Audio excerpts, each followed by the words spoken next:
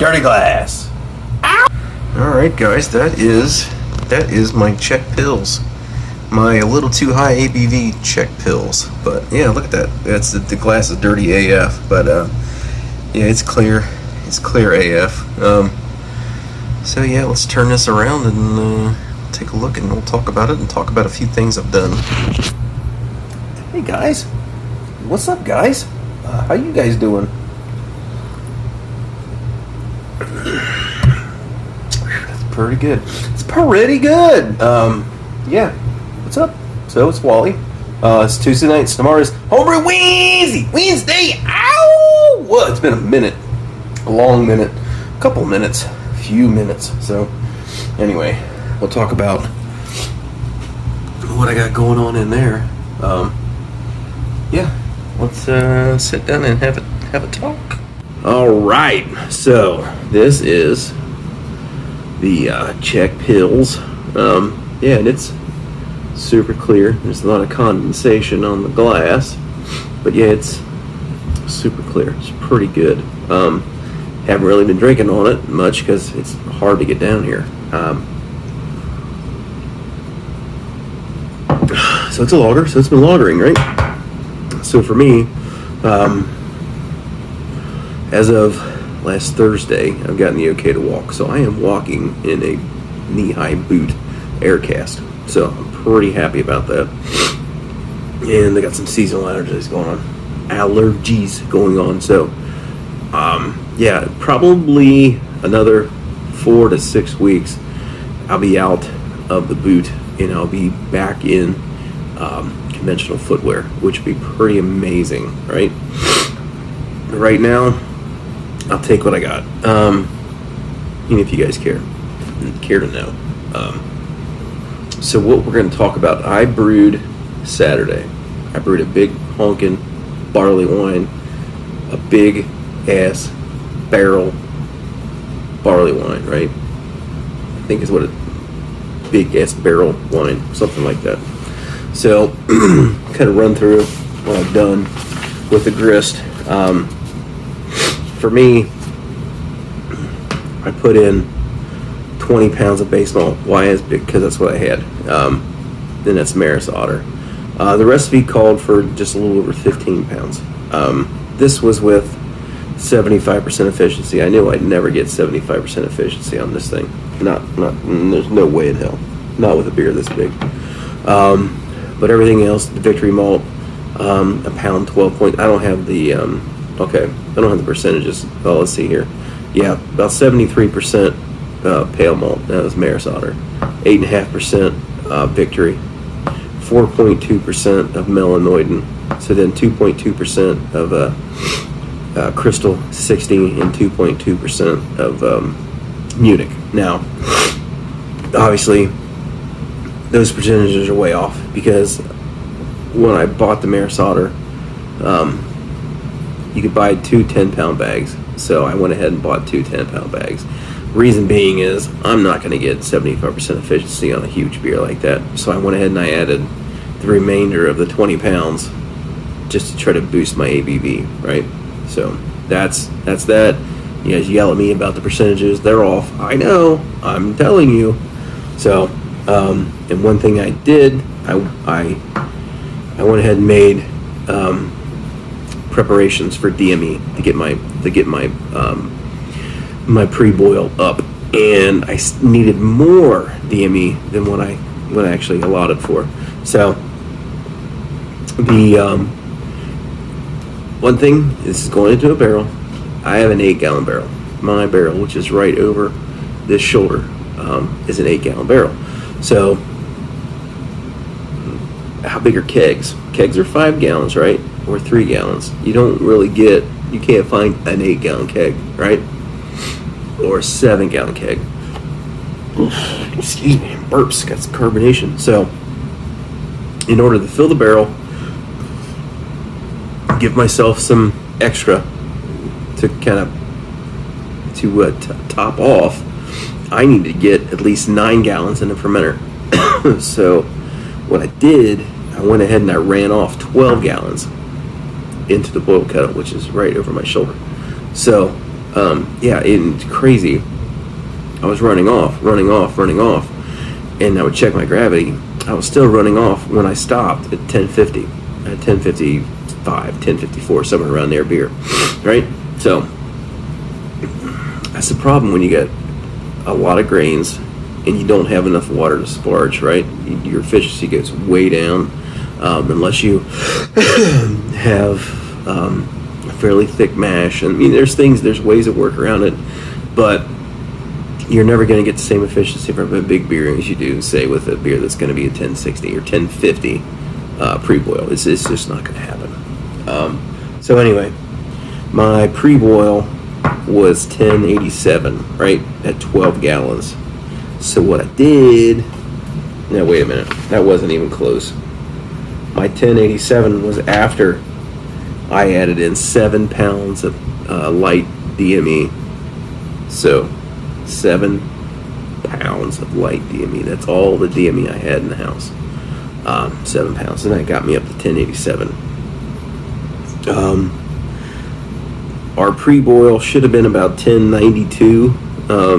If Mike and I were trying to, this is a Mike Dean collab beer, if I haven't mentioned it, but 1092 was kind of that magic number that we wanted to get to pre-boil, to a 2-hour boil, and call it a day. So 1087, it was close. 12 gallons now. This is a lot. That's the most I've ever had in that boil kettle. And yeah, I didn't have any boilovers. So that was that.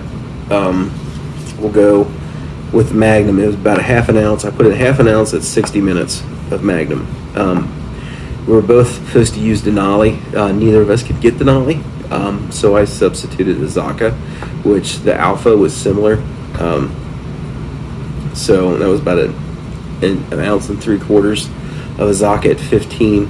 Simcoe is about an ounce, and I think it was an ounce and a half or so at 10, then more Simcoe at 5, then more Zaka at 0. So the IBUs on this, I'm thinking, if I remember correctly, I mean, it's a pretty good IBU beer. I had to look. I don't really sound like I know what I'm doing, don't I? I'm rusty at this stuff. So then I fermented with USO 5. So, and then at the 10-minute mark, I added in a pound of cloverleaf honey. This is Ohio cloverleaf honey. I sent Mike a pound of that. So that was a 2-hour boil. All the hop additions, yeast packages. I used 6 packs of USO 5, 3 per fermenter. 2 fermenters, 5 gallons each. So I ended up with about 10 gallons of beer with the pre-gravity, meaning pre-fermentation reading at 1.109. I actually bumped up my boil percentage to 70%, just trying to boil off more than what I needed, because I really should have had 11 gallons pre-boil rather than 12. But I'll take 10 gallons in the fermenter, because this thing is, both of these fermenters are going to have huge yeast cakes. Then they're going to get dry hopped with Columbus, Azaka, and Simcoe. So I'm going to have an ounce of each per fermenter. So I'll have 6 ounces of dry hops, 3 ounces in each fermenter. So, and at that point, then it goes into the keg. And we'll probably, I mean, not to the keg, but into the barrel, the whiskey barrel, probably for about 3 months.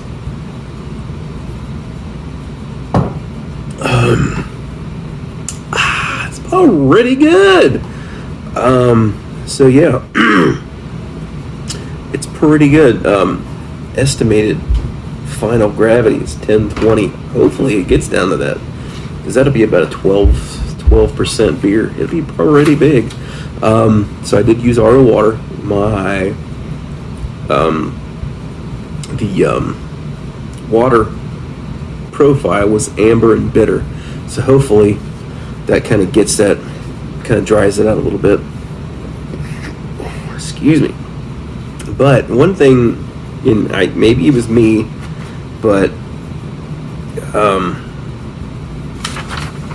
this thing was calling for 2 milliliters of lactic acid, which it should have dropped my pH down to 5.31, and that just didn't seem right to me. It seemed like too much for all those grains that I had. So it ended up being too much. I ended up having to add about 2 teaspoons of baking soda to bring that back. It was down. Oh shit! It was down to 5.2ish, Yeah, it was getting down to that point where it needed to be 5.3 to 5. A little bit higher than that. So after some baking soda, it got it back up to 5. I think I got a picture of it at 5.39, 5.35, something around there. So I was happy with that. Didn't mess with it. So yeah, and funniest fucking thing, my temperature probe on the mash tun. I don't know what was going on with it that day. I turned everything on and the temp probe wasn't reading. So I was messing around with some stuff and it ended up being the cable, right? So I was messing around with things and I plugged it back in and everything was working just fine. So I didn't mess with it. I had it in place where I needed it for the day and everything was fine. Everything worked fine. So once I cleaned everything up and put the mash tun back and plugged the probe and everything back in with the cable, it was back to where it was, or it was reading like it was open, like it wasn't working, right? So I said, what the hell with it? It doesn't bother me. I don't need it for the boil. So I come down Monday evening, and I take the connector, the spring connector apart, and sure enough, one of the wires had broken off the connector, so I had to resolder that. But for the whole entire 3+ hours, I had a 2-hour boil, an hour-long mash, plus probably another 20 minutes to get the mash out temperature, then whatever time I used doughing in, mixing the grains with my mash paddle and all that stuff to get everything kind of get the dough balls out, because this thing had dough balls for days. It was the fucking craziest thing. I usually don't have a whole lot of dough balls, but this thing had dough balls for days. But anyway, all that time, the wire, the cable was in such a way that it was touching the connector, and it was working for me. It's fucking crazy, but something had to go right that day, right? It was just crazy how that just ended up being the deal. Because if I would have moved that mash tun, any little bit, it would have not been working again. But really, the mash tun, the PID on a mash tun is over. I don't need it. All it is basically, it tells me what it reads. I could have gotten away with putting in basically a temperature display, something a lot cheaper, and it just told me what it was instead of something that has the capability of doing other things. But basically all it does is monitor the temperature for me, because that PID does absolutely nothing. It doesn't run an element, it doesn't do anything. It just sits there and tells me what the temperature is. If I try to use it for anything, it's not connected to anything. So it's completely overkill, but it is what it is. And if one of them go out, I can always swap the two or whatever during a brew day and whatever. But anyway, just saying, it was funny, haha, how that worked out. So that thing was going crazy. Sunday morning, I came down here and it was bubbling away. So my furnace is running. See, if I held the phone up to it, you might be able to hear it, but I kind of doubt it since the furnace is running. So I'm kind of back. I'm here. I'm back, baby. So yeah, I'm drinking on the old Czech pills. I still got a very little bit of the SJ Pour coconut brown sitting around. But yeah, everything's going pretty well. I was surprised. I was kind of rusty, but I kind of figured everything out, and I didn't really have any issues. The only thing was I was worried about getting my air cast wet, which I did at the very end of the day. So, and I was whooped. My leg is absolutely tired.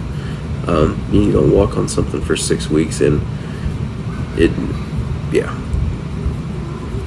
dare you guys, any one of you guys that have never had a broken leg or something and it's been in a cast for that long, just don't use your leg for 6 weeks. Then put your foot on the ground and take a step, because that motherfucker's gonna hurt. It hurt me. More pain the whole entire time. It didn't hurt when I tore my Achilles. You know, just sitting around for that 4 days waiting for surgery. I barely had any pain. I had a little bit of aching pain, almost like a twisted ankle, kind of aching, but not bad.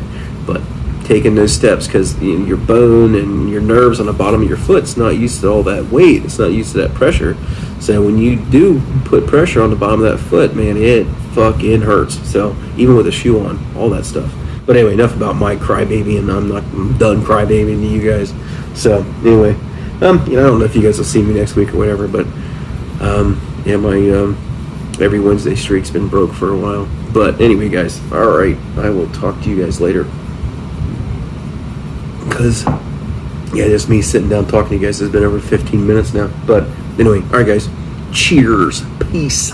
All right, guys, I know that you haven't seen this in a long time. I haven't seen this in a long time, but about ready to push the old 60-minute button on the mash. So kind of waiting for the temperatures to kind of equalize or come down a little bit. I really want mash 148. This is the collab with Mike Dean. I think he mashed a little bit higher than, I think he was mashing at 152. I think I may mash at 150, just call it a day. But yeah. See it, it's almost 26 pounds of grain in there. It's all doughed in. Took a while to dough in. There's a lot of dough balls. So I've got all that in there, recirculating. Yeah, just trying to let some heat escape from the Herms coil. And we're gonna mash for an hour, and we're gonna go from there. So yeah, it's been an adventure because of that. So yeah, these are my new work. All right, I am done with my 60-minute mash. I am raising my temperature for mash out, which is going to take a while. I've got almost 26 pounds of grain, 10 gallons of water in there. So you can see it's still chugging. So doing pretty good. Yeah, so yeah. Besides that, everything's looking good. So I'm going to try to collect, I'm trying to get about 9 gallons in a fermenter today. So I'm going to see what happens. Depends on runoff and my pre-boil gravity. And there's going to be a bunch of things, but I need to get at least 8. I'd like to get 9 in the fermenters today. So we'll see what happens. It's gonna be a pretty big beer. It's gonna have to be a lot of DME probably to get this thing where I need it. But anyway, we'll see what happens here in a little bit. I got my sparge started. I contemplated batch sparging today and just running out what I had, then refilling and recirculating for a few minutes, then running off again. But I since decided to go ahead and, I need to slow this down, but I decided to go ahead and sparge as I typically do it. So there's what I've collected so far. So yeah, we're gonna try to sparge good and slow. Try to get a lot of volume into the boil kettle. I'll check my gravity, do some math, add some DME, start my 2-hour boil. So we're gonna go from there. All right, guys, that's what I have, which it's almost a boil, so the volume's a little bit tricky because as you get closer to 212, the volume does, the number creeps up.